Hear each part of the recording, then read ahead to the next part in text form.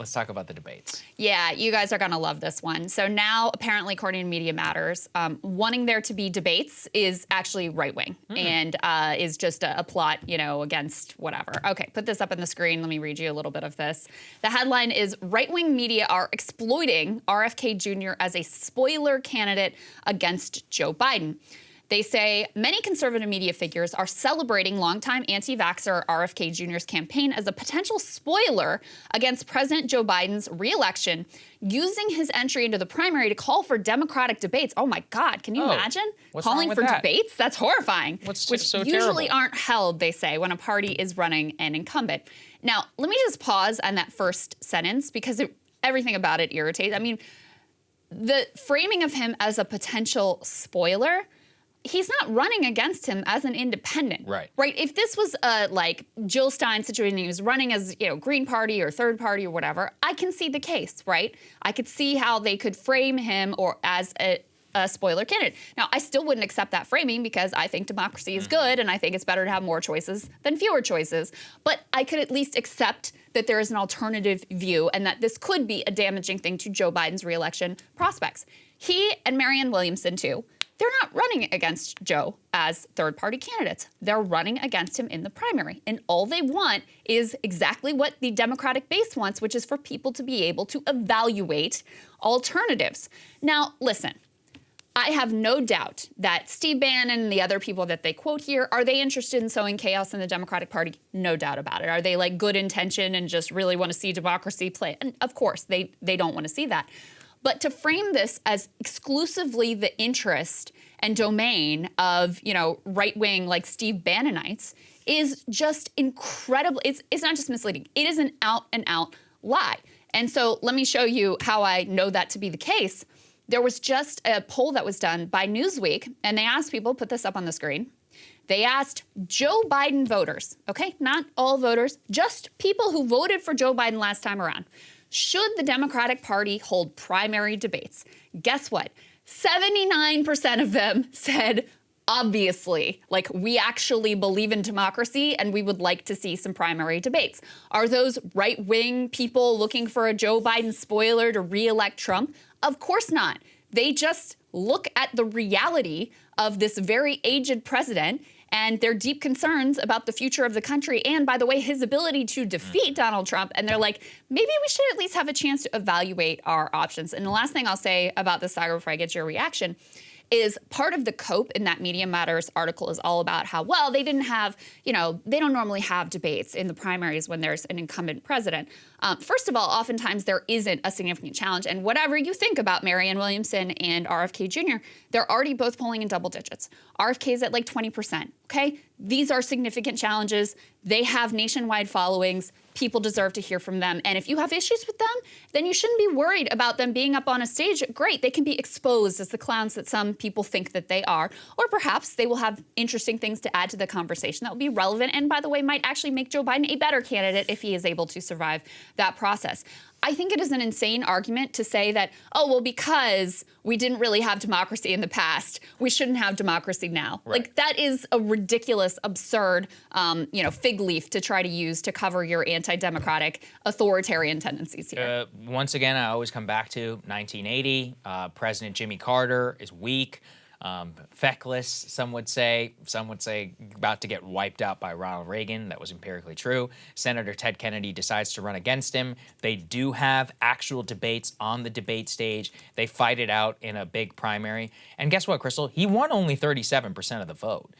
Ted Kennedy did at that time. That's not too far away if you combine Marianne Williamson and Bobby Kennedy. What is he? His nephew, I guess. RFK Jr. would be Ted Kennedy's nephew. So it wasn't that long ago that you had a competitive primary with a debate where Kennedy only ended up winning 37%, and that was only in a one-off. So if you have two candidates who are in the race or roughly around that, then why shouldn't they be treated in the exact same seriousness and way that we handled the 1980 Democratic presidential primary? It was totally reasonable. And by the way, there's a lot of evidence to say Carter was probably better off for it because it made him sharp and had to defend his record before he went into the incumbency fight against Ronald Reagan. So it's not even like it was all that bad. And it also shored up his support because he definitively won the primary again. He wasn't just handed the nomination.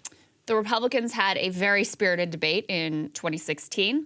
Yeah. And guess what? It didn't hurt Donald Trump. He ends up winning, and I think probably made him a better candidate, for better or worse, because he went through that democratic process. Barack Obama and Hillary Clinton had a very spirited primary debate, and guess what? It really sharpened him and made him a much more effective candidate going into 2008.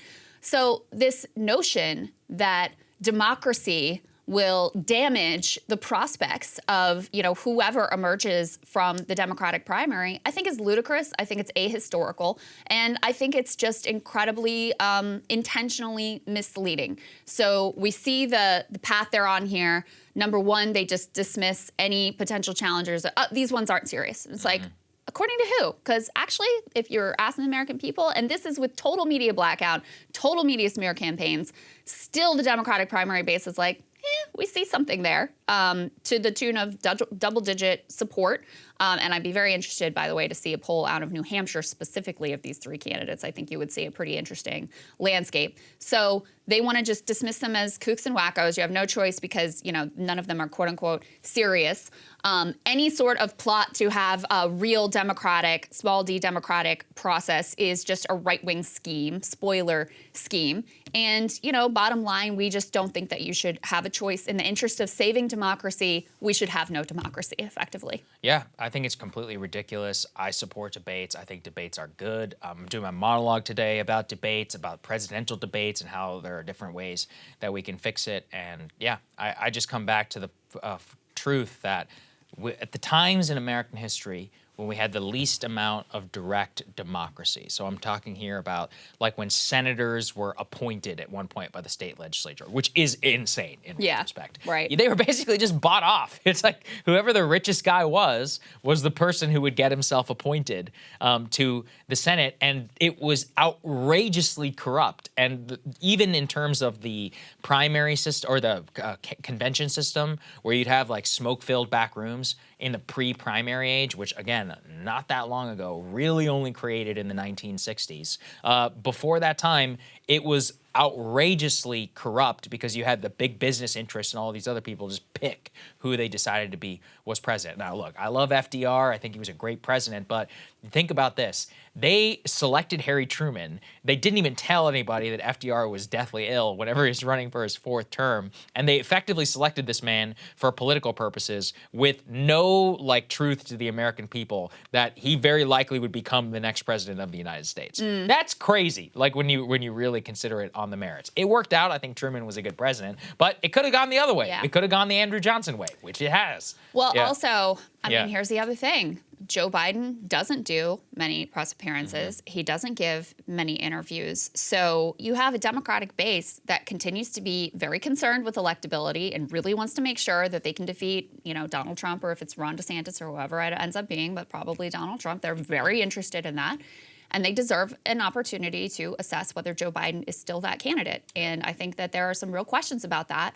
And by the way, if Biden's own team felt confident in his ability to, parry and debate and articulate a vision, they would be approaching the campaign with a very different strategy. Right now, there are no big campaign rallies planned. He launches with this low-key video. Now, he's really planning on just trying to stay in the shadows and hope that Trump is insane enough that people are like, all right, I guess we got to stick with Joe. And he's hoping that the media, like this person did for them, will just try to convince the whole Democratic base that you have no other option, so suck it up and vote for Joe again. Very true.